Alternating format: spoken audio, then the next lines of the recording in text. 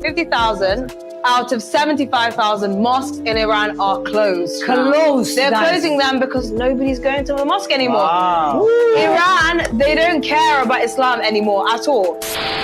Statistically, they say that 1 in every 3 Muslims believes that leaving Islam is punishable by the death sentence. If a person changes his religion from Islam to any other religion, the punishment should be death. I was attacked from nowhere. I didn't see it coming. I knew I had to get out or that was it. What do you think your brother will do if they find out you're an atheist? Kill me, maybe. Kill me, maybe.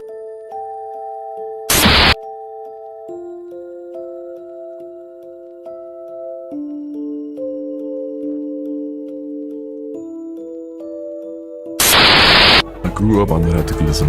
I was raised to take back Islam to the era of Muhammad, the era of power and conquests.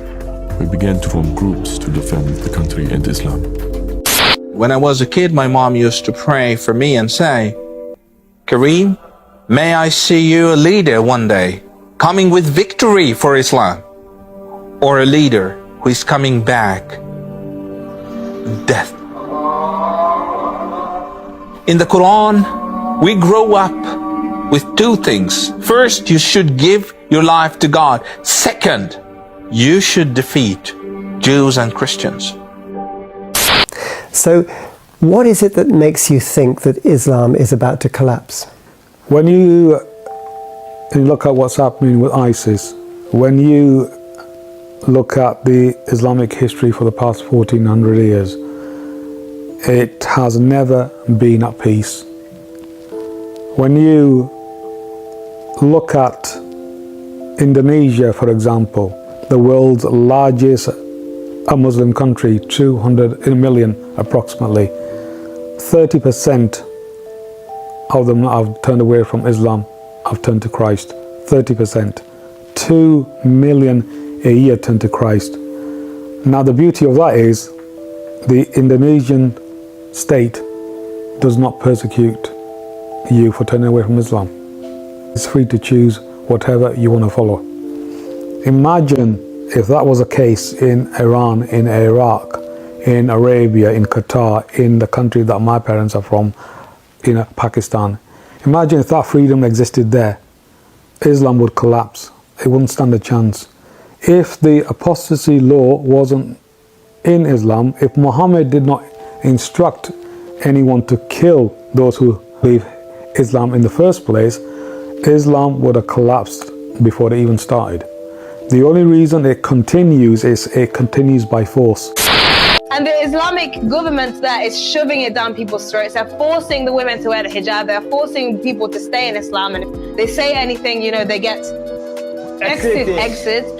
And it's a very sad situation over there. But 50,000 out of 75,000 mosques are closed because nobody is going. Nobody wants to go. What's the point in them keeping them open? For decoration? Nobody cares. They don't have the money to keep them open. They don't want to do that.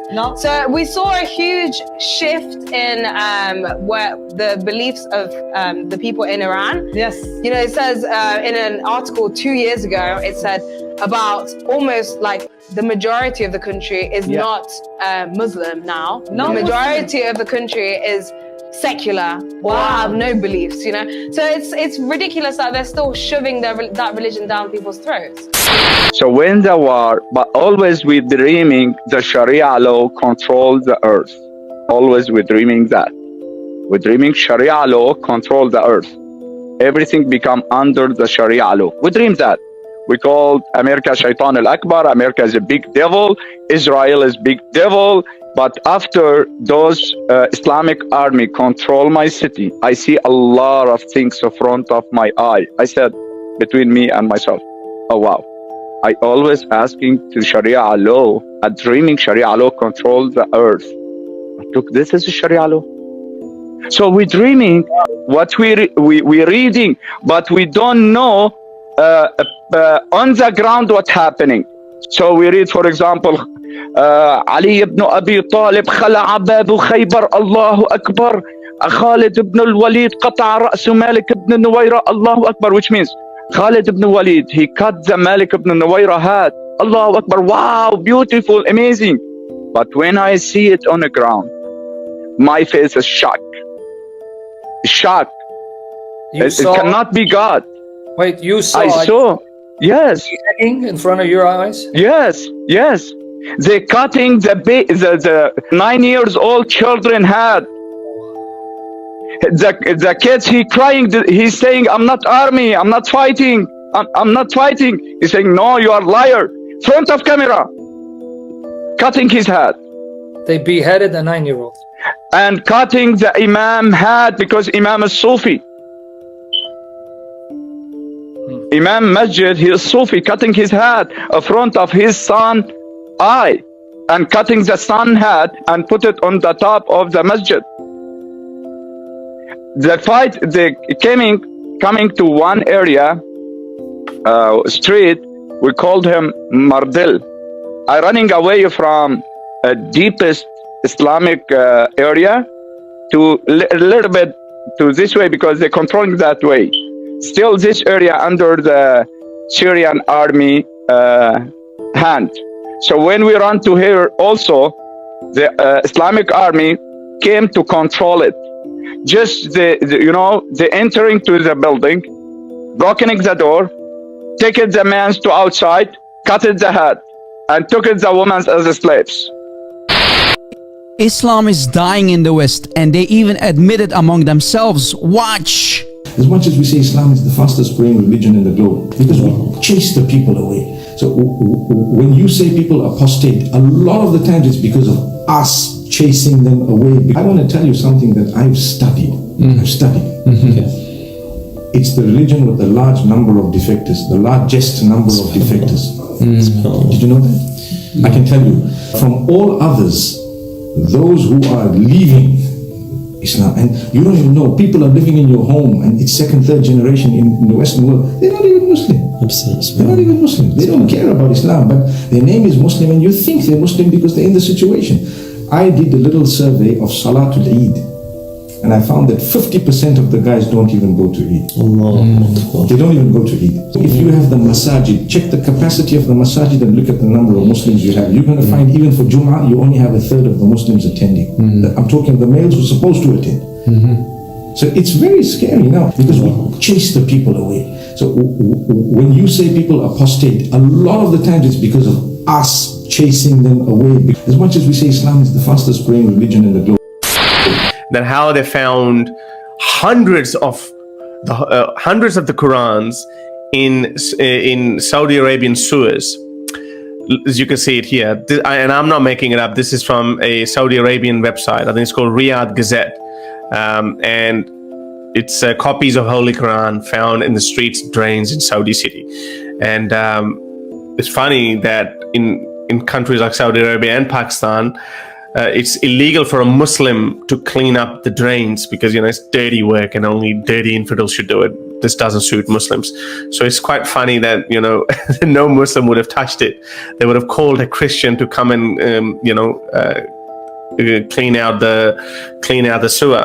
Now, something else came out just recently. Have a look at this. This is what happened in Iran. اینجا صد فیروزآباده نگاه کنید لب آبو کلن کتاب قرآن ریختن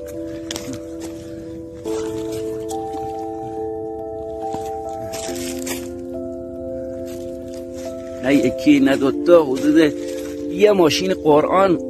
So people are desecrating this so-called holy book. And we know Iran houses the bigger number of atheists and agnostics than countries like Australia or America, for instance, or even England.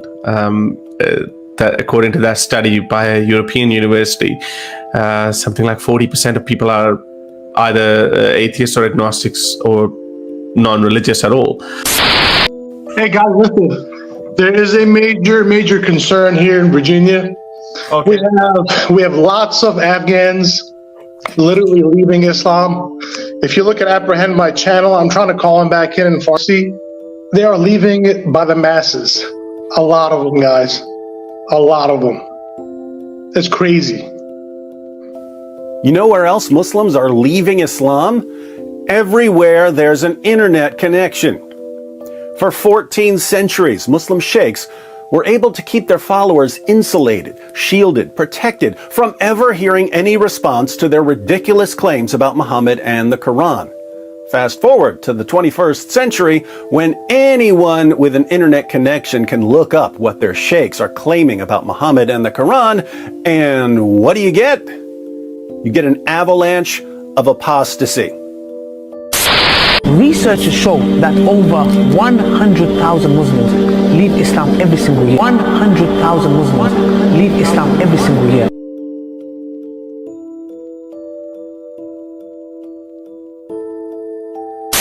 %24% of Muslim youth are leaving Islam. Our youth are full of doubts and nobody's answering their questions. Your child is going to become an apostate. Shut up! And if we don't take constructive steps to deal with this, it is going to become an avalanche, a tsunami. If you look just at the Quran, you will get the indication that you can have sexual intercourse with a 5-year-old. So if you're Quran alone, you're allowed to have sexual intercourse with 5-year-olds. Get me one verse in the Quran which says the woman has to be pubescent. So if you're Quran alone, you're steered towards pedophilia, and a severe type of pedophilia.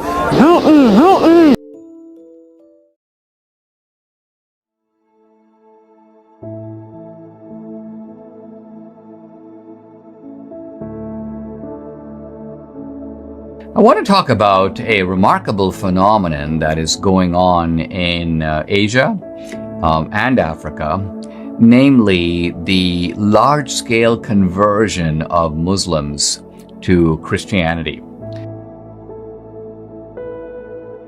So one day the neighbor asked my wife to come visit him to, my wife, at that moment, she's still hijabi. She came to me. She said, my neighbor, she said, if we can visit him, chatting, some people coming from church. I told her, hey, let's go. We're laughing on him, those worshiping three gods, Father, Mother, and Son. Let's go laughing on him. Trust me, brother. We're going to visit, for we're laughing only. I don't know anything about the Christianity.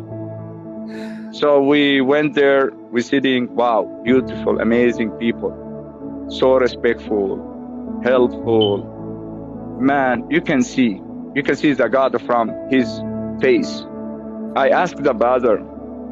He gave me the whole book. I start reading from Genesis, how the God create the creation. So when I read it, I see something here logic. They make sense. Amen. The music and all the people happy, praying happy, man. Totally different in Islam. Totally different. In Islam, we always mad, angry, sad, crying, oh Allah. But here, man, I can see the people is happy. Wow. It's first time I see it in my life. I be shocked. My mind be shocked.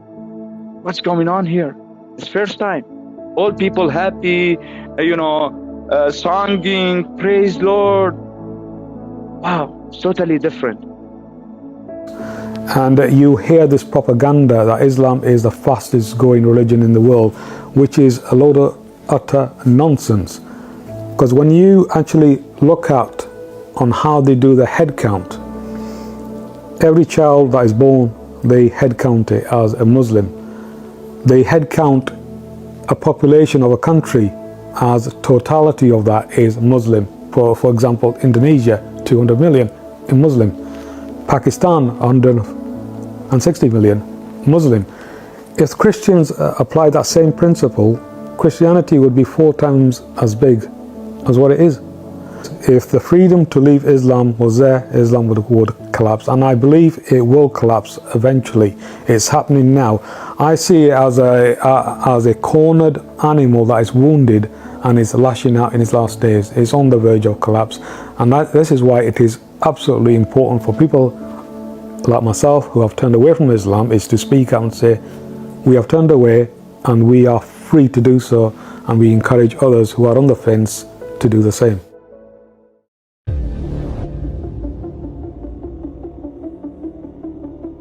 Yes, my friend, you are live on air. You are a Muslim? Yeah. Can you confirm that? Can you say the Shahada?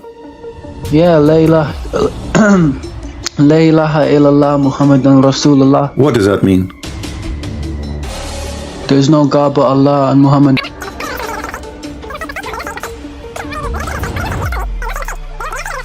Right. Yeah. So you are out of Islam? Yeah. Yeah. Wonderful. Hello? Yes. How is it Christian Prince? Yes, we are live on air in YouTube. Everybody hear you. What do you want to say to me, my friend? Okay, I was listening to all these, just checking your references you're giving against my Quran. Either you are a filthy fat liar, or all the imams since I was a child have been lying to me, because the Islam.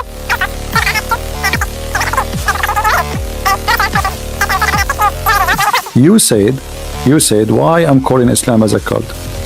Now, you promised me if I show you this and this was true, you will leave Islam, correct?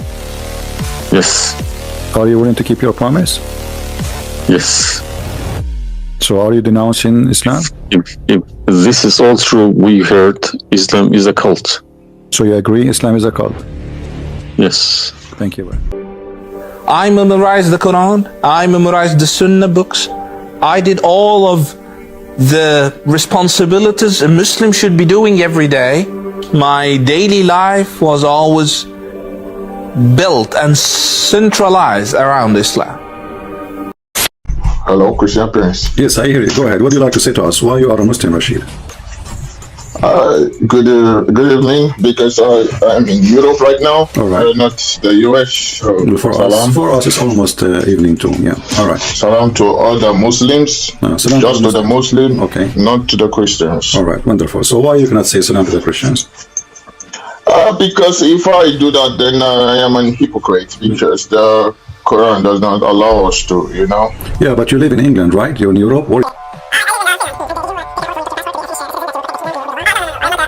Why you don't say, I'm not going to follow Muhammad no more? I'm not going to follow a pedophile and a perverted person. I mean to that, I agree with you. I don't support anyone that does that to children, and he has no honor. I am so sorry, and I never knew. Yes, my friend, you are a Muslim? Yes, am I speaking to Christian Prince? Yes, I am a Christian Prince. How we know that you are a Muslim? Can you confirm to us that you are a Muslim? La ilaha illallah Muhammadan Rasulullah. That's wonderful, my friend. So what do you think about what we are saying about all those history mistakes and errors in the Quran? Well, to be honest, I don't necessarily like to, because you said as an example, the wife of Pharaoh.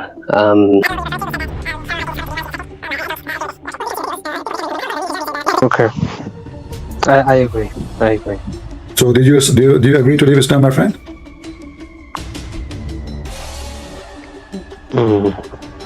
Yeah. I'm so happy for you. I praise the Lord that today you call me and you decide to leave Islam and you are free from the garbage of Muhammad. On this night, I slept, and in my dreams, I saw that I'm running in a very long road. A lot of tree branches full of thorns chasing me, want to kill me. And at the end of the road, there were a man that I do not recognize. And I shouted, please help me, do something. He just extended his hand, put his hand on my shoulder and brought me before him. And once he looked at me, I found out that this is Jesus Christ. Hello? Hello, Assalamu alaikum. Wa alaikum assalam. So I'm from Nigeria. You are welcome, my friend. So you are a Muslim, my friend, right? Yes, of course. Okay, what do you want to say to us, Mr. Abbas? Yes, I want.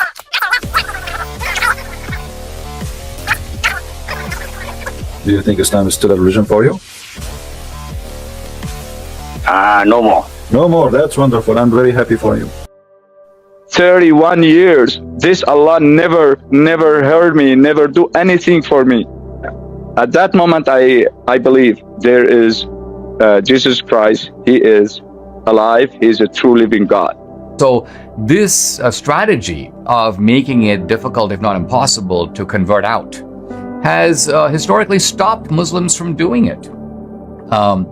Even as late as the 1980s, a missionary wrote a book called 10 Muslims Meet Christ. And while the book focused on 10 Muslim converts, it was very clear from the book itself that this is extremely rare. It's really hard to get a Muslim convert. So like, I found 10. Let me tell you about their stories. But now, interestingly, in many countries, not just in one particular place, in Algeria, in Albania, in Syria, in Kurdistan, in Egypt, you have Muslims converting to Christianity. In fact, they're converting to Christianity in such numbers that there's even a name for them. They're called MBBs. Pastors call them MBBs, meaning Muslim background believers. Believers, Christian believers who come from a Muslim background. How many converts? No one knows exactly for sure. But from the Muslim side, you have had complaints. There was a complaint by a guy on Al Jazeera who said that by his count, 6 million Muslims are converting to Christianity each year. Think about that. That's a huge number. Traditionally, Muslims have gained forces by conquering. So they don't really convert people to Islam really by persuasion either. They use force. But as I say, very few people convert out. But now that's happening. To all you sheikhs and imams and dawagandists who are watching, this is what happens when you use deception and manipulation and threats of violence to control people. It may work for a while. It may work for 14 centuries. But eventually, the people you've been deceiving and manipulating and threatening get an opportunity to think for themselves. And that's when you lose control over them. And when you lose control over them, you panic. And when you panic, you get desperate. And when you get desperate, you put the future of your religion in the hands of da'is who are only going to accelerate the avalanche.